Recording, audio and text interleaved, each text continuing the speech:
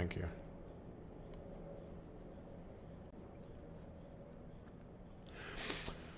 As a solution architect for Michael's Stores, an e-com leader for Weight Watchers, an enterprise architect and project manager for the Museum of Modern Art, and then kind of leaning into building a team of architects at Bottle Rocket, the one common thread through all of those is finance. And I know it doesn't seem that way, but as a project manager, we design scope based around available budget. As an enterprise architect, the plans you put forward are not practical or implementable if there is not cash available for it, if there's no present value available, no internal rate of return, there's no ROI. If those numbers aren't done, you can't put a plan forward on good architecture. Now, that being said, you end up in enough meetings with finance that you end up arranging all of those value metrics for them to hand over.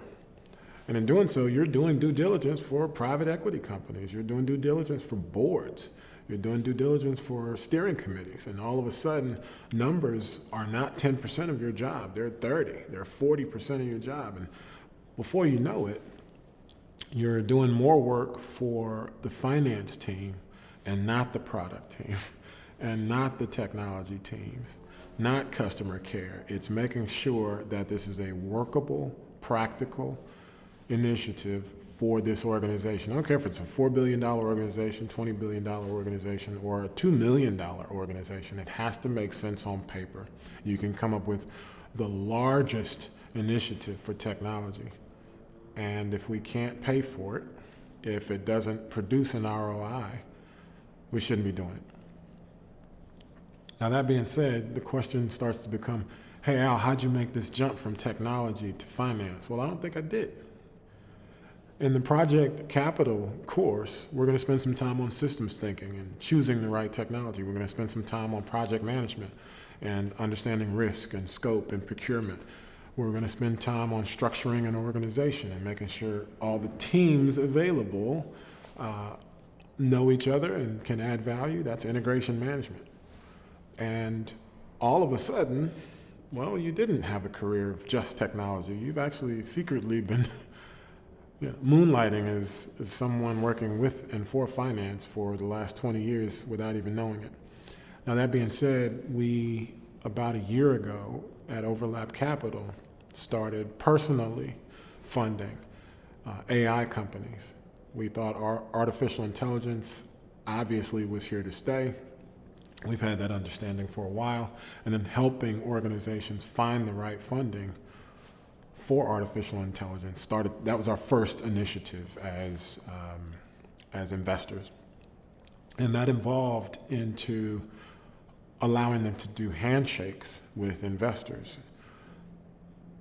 That turned into short-term financing, where we're walking them into banks and lenders.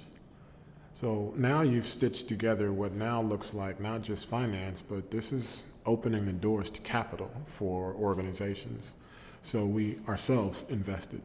We built a team of investors outside of us.